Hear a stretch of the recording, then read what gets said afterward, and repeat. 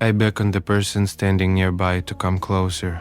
I whispered to him, "Go toward the rising sun, for I am already experiencing the sunset." I say this with great difficulty. A flicker of fear flashes in his eyes. For a moment he hesitates, then awkwardly nods and steps slightly away. I pull the sheet over my head and, groaning, turn onto my side, as if I am about to fall asleep for the last time. Death beckons with its finger from all sides. How easy it would be to fall into oblivion and be forever freed from pain and suffering. The plague devours my feeble body from within. I have not eaten for several days and have grown completely weak from hunger. But the sun has set, and silence has settled all around. My eyelids tremble, yet the pain does not allow me to sleep.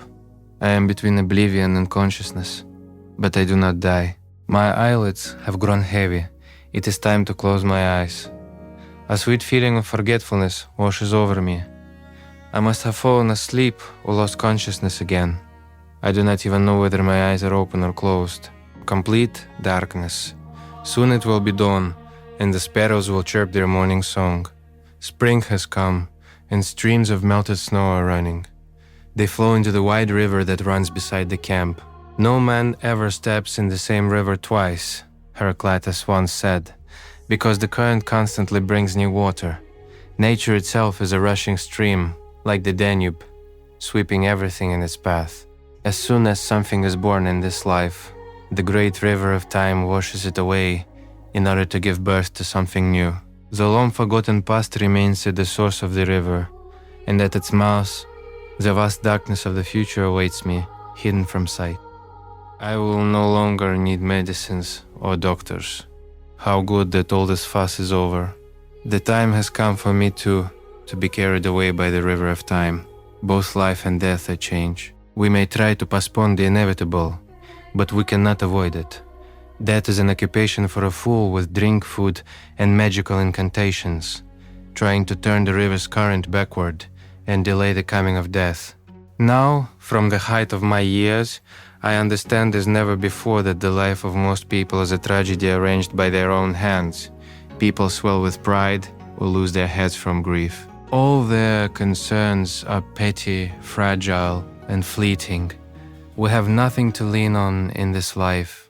In the midst of the rushing current, there is nothing to cling to, nothing on which to rest our hopes.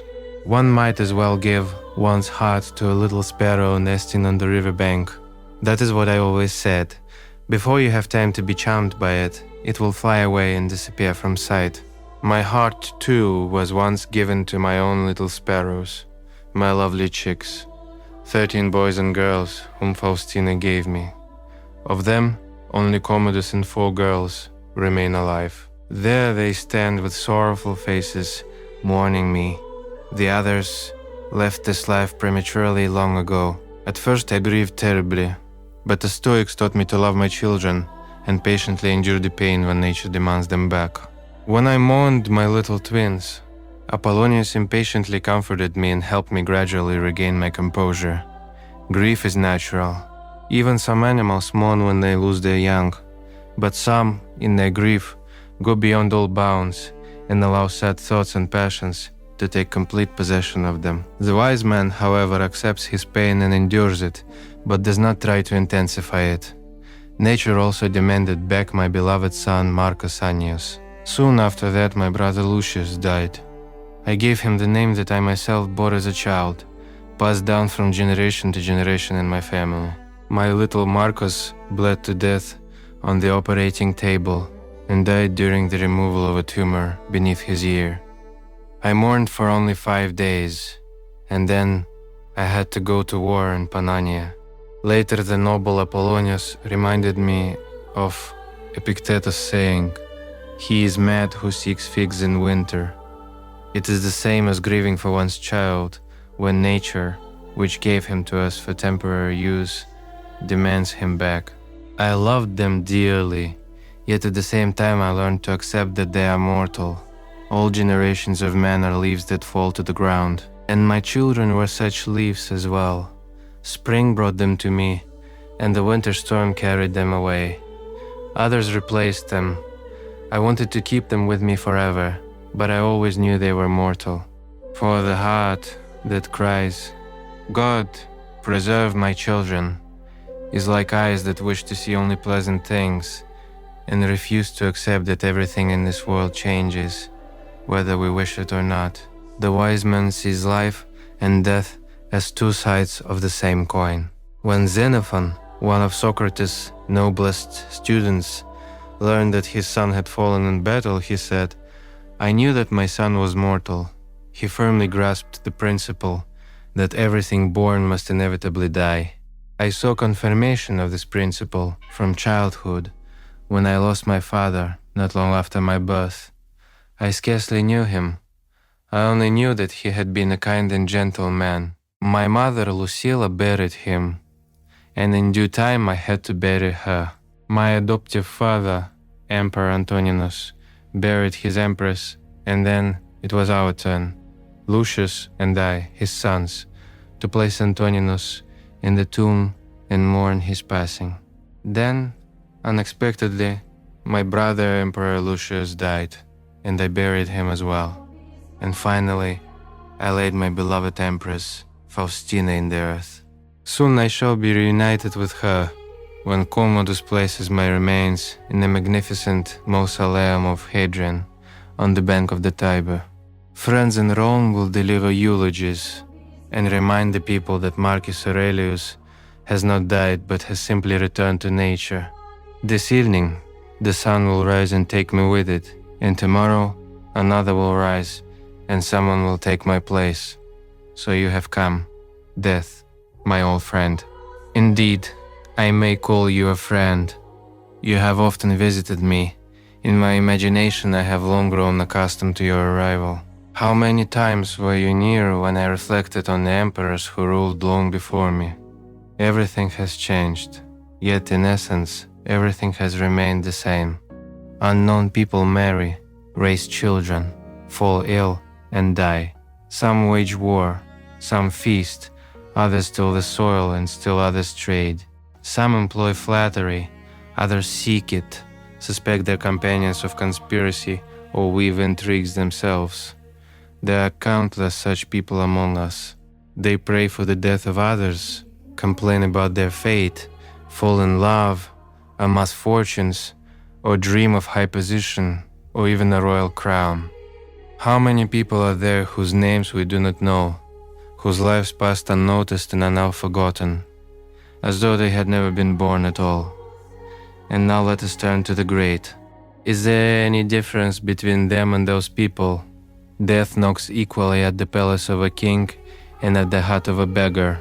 Where is Augustus now, the founder of the empire? His family, his ancestors, his priests, his advisors, and all his entourage, they are nowhere to be found.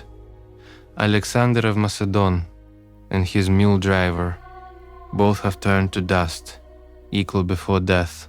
And the great dynasties that have completely died out, just think how their ancestors strove to leave behind an heir, and what then? The whole dynasty ended with an epitaph, the last of his line, on someone's tombstone. And how many cities have been buried, whole nations wiped from the face of the earth.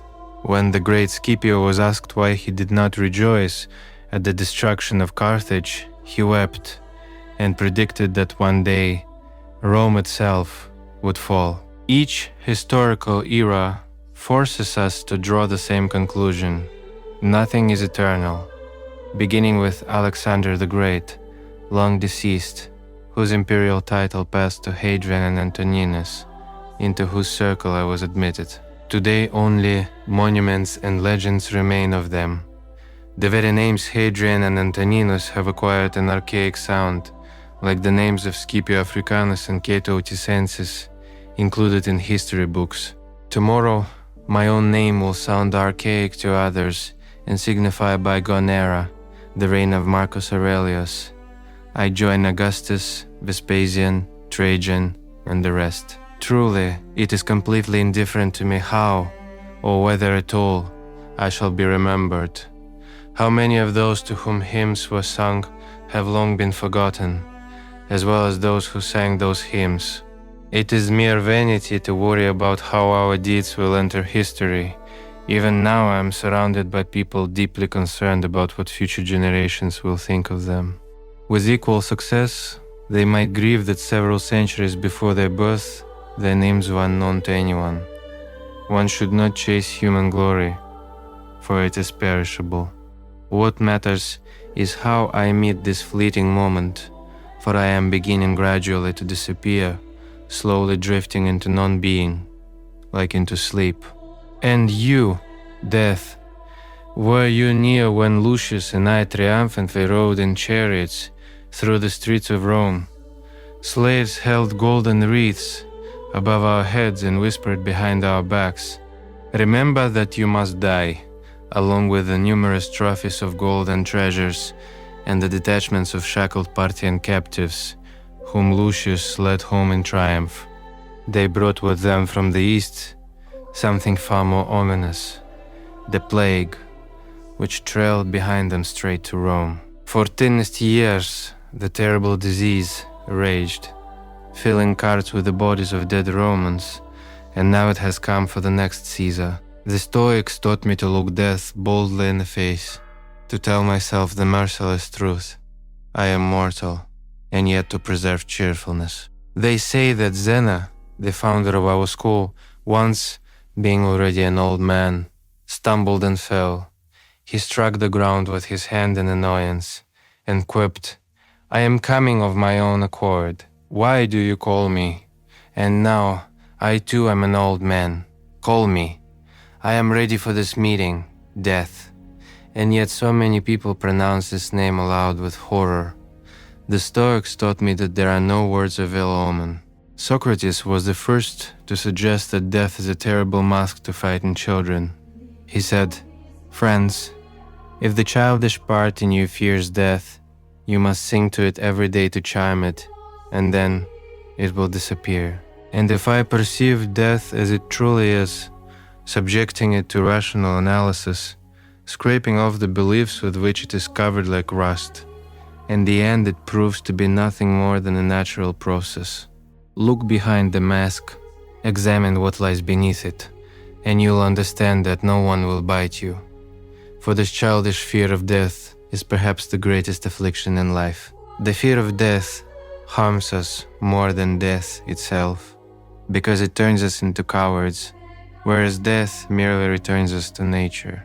The wise and good undoubtedly enjoy life, yet they do not fear dying. If we fear the end, can it be said that we live fully? And indeed, to learn to die means to be freed from slavery. I must die. But must I groan because of it? For it is not death that disturbs us, but our judgments about it. Socrates did not fear death. He saw that it was neither bad nor good. On the morning he was executed, he casually told his friends that philosophy is a lifelong reflection on our mortality. The true philosopher, in his view, fears his own end less than anyone else, because the one who loves wisdom above all constantly prepares to meet his end. To rehearse one's own death is to understand what freedom is and to prepare with dignity for parting with life.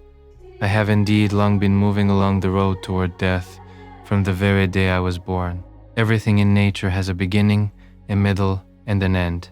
Thus, a ripe cluster of green grapes turns into shriveled raisins. Each stage of human life has its own end or conclusion: childhood, youth, maturity, and old age. Without doubt, my body is no longer the one my mother gave me at birth, because from the moment of birth I have changed. Every day I have been dying. If there is nothing frightening in these small deaths, why should I fear the final moment, if death is merely the loss of consciousness? Is it worth trembling over that? It is understandable when something bad is opposed to something good, but death is nothing, merely the absence of sensations, no worse than ordinary sleep. Moreover, death frees us from pain. It is the boundary beyond which our sufferings end. It returns us to that state of tranquility in which we existed before birth. Before I was born, I was dead for an endless succession of centuries, and that did not anger me.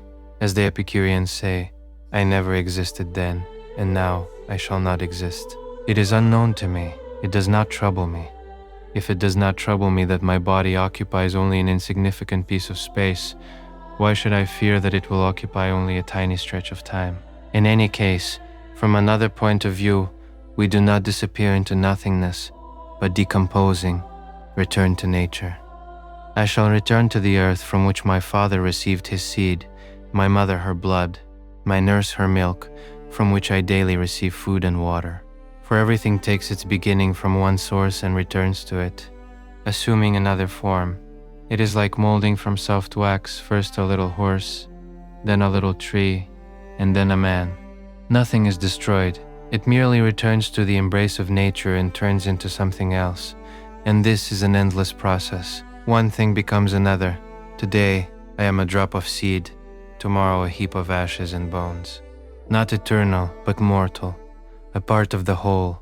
Like 1 hour of the day, as an hour I must come, and as an hour I must go. The more we perceive ourselves in this way, as parts of the whole, the more deeply we understand the perishability of our bodies. I always reminded myself that I was not granted 1,000 years to live, and that death was not far away. Each day, I lived as my last, preparing myself for this moment, now that death has finally overtaken me. I understand that this moment is no different from all the others. I have a choice, to die well or to die badly. Philosophy has prepared me well for this. Do you think human life has such enormous importance for a great soul who has embraced in his thoughts all time and space? Socrates asked. No, for such a person even death will not seem terrible. For a time my soul dissolves into drowsy dreams, ready to slip into complete insensibility. What marvelous power thought possesses, that in mere seconds it can circle the entire world, absorbing and encompassing ever more pleasant memories. Wandering in my dreams throughout the whole world and bidding it farewell, I feel myself detaching from the earth, like Zeus in Homer, who gazes upon the earth from Olympus, taking in with his attention the land of the horse-loving Thracians, then Greece, Persia, and India, and the surrounding waters that from above appear dark as wine. Or like Scipio Aemilianus, who during his stay in Numidia dreamed that he soared through the sky and could for a brief moment see the whole world from the height of the stars. Through daily Stoic practice, I have long prepared my mind to assimilate the most all-encompassing view of the world.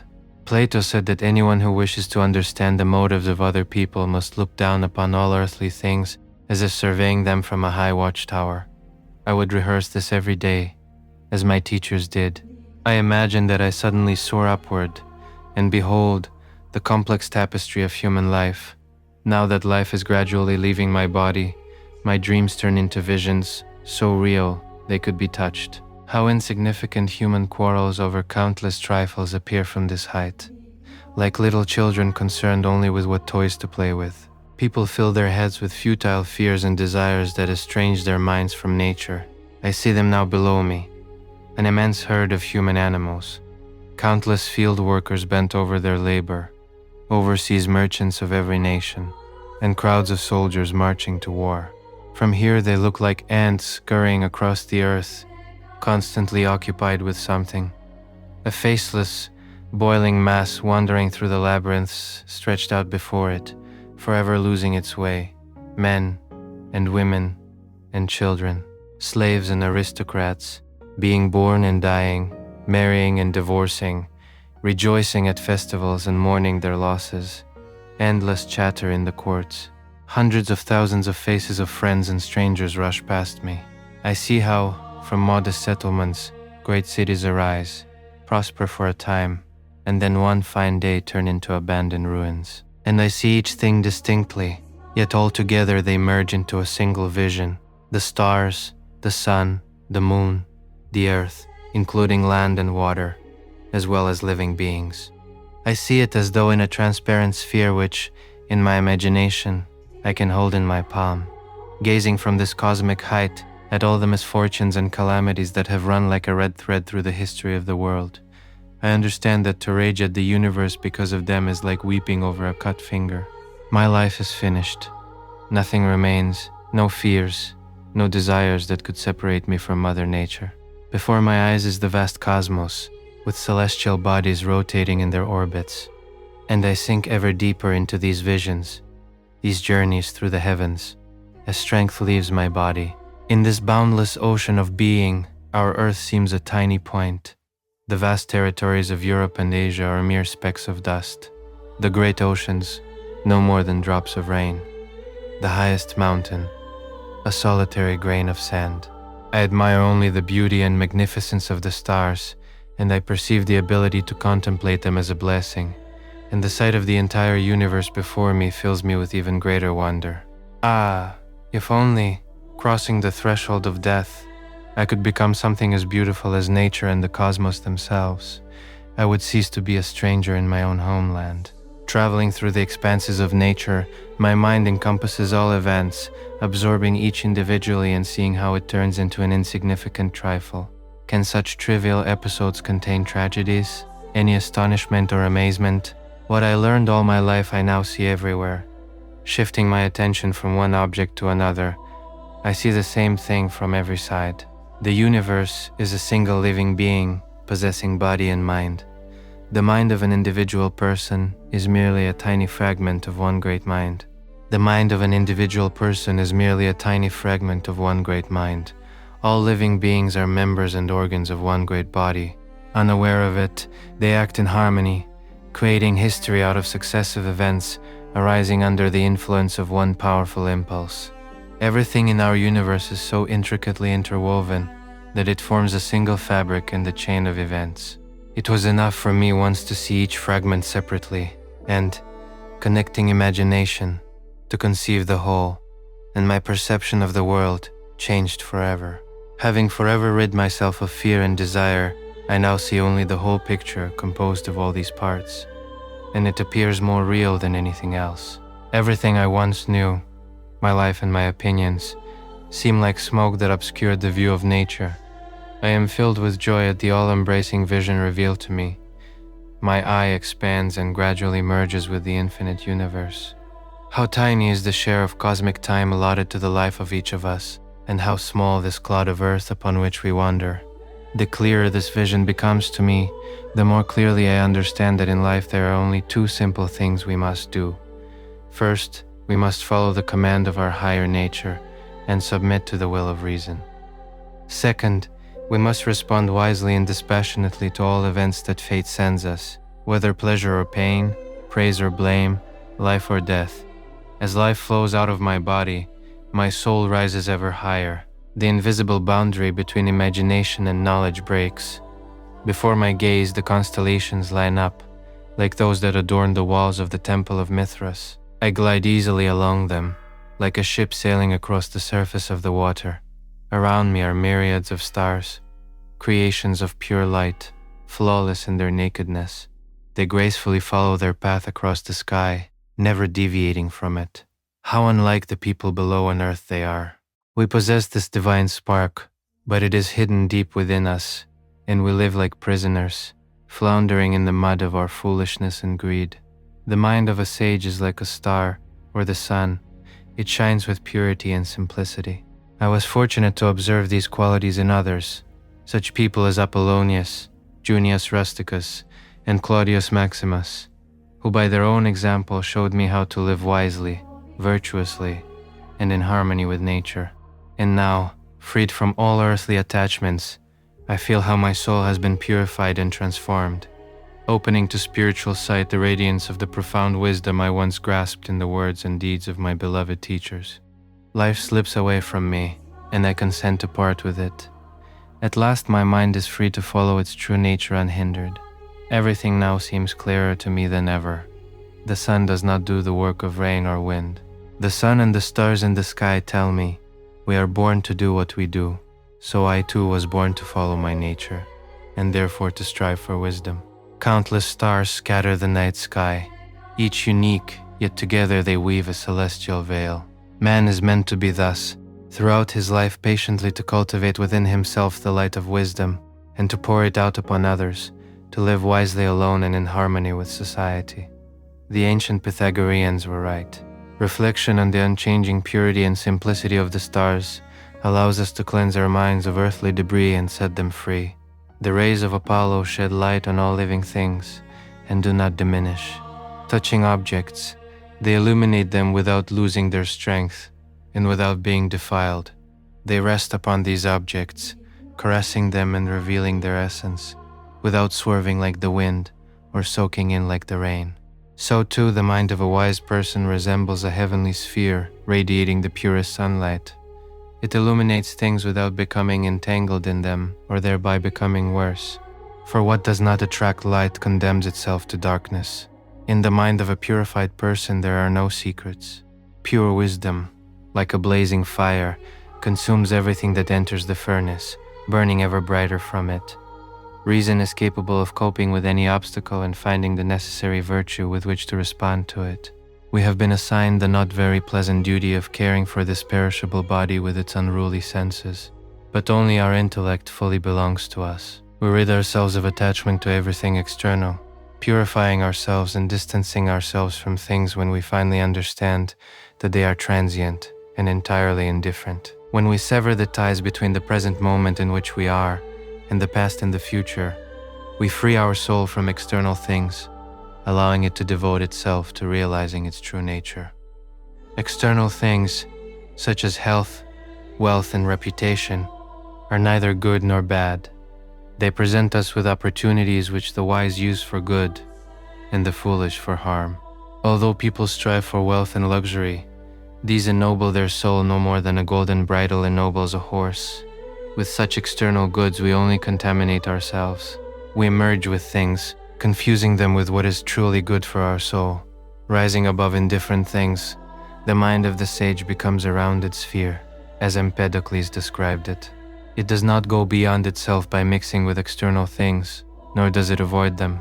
Reason evenly distributes its light over the world around it, perfect and smooth, round, bright, and radiant. Nothing sticks to its surface, and nothing can harm it. I still feel pain in my body, in that place which still bleeds and trembles beneath the sheet. Now it seems something distant, and does not trouble me at all. Soon I shall fall again into unconsciousness, probably for the last time. Therefore I bid farewell to myself, quite satisfied and not disappointed by the loss. As I take my final step toward death, not as toward an enemy, but as toward an old friend and sparring partner, I slightly clench my fists and lean upon the unknown and unseen, arming myself for the last time with the principles of my philosophy. The span of human life is but a tiny point in time. Its substance is constantly flowing away, and its meaning hidden from us. The whole construction of our body hastens toward decay.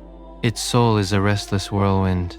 Fortune is changeable, and fame unreliable.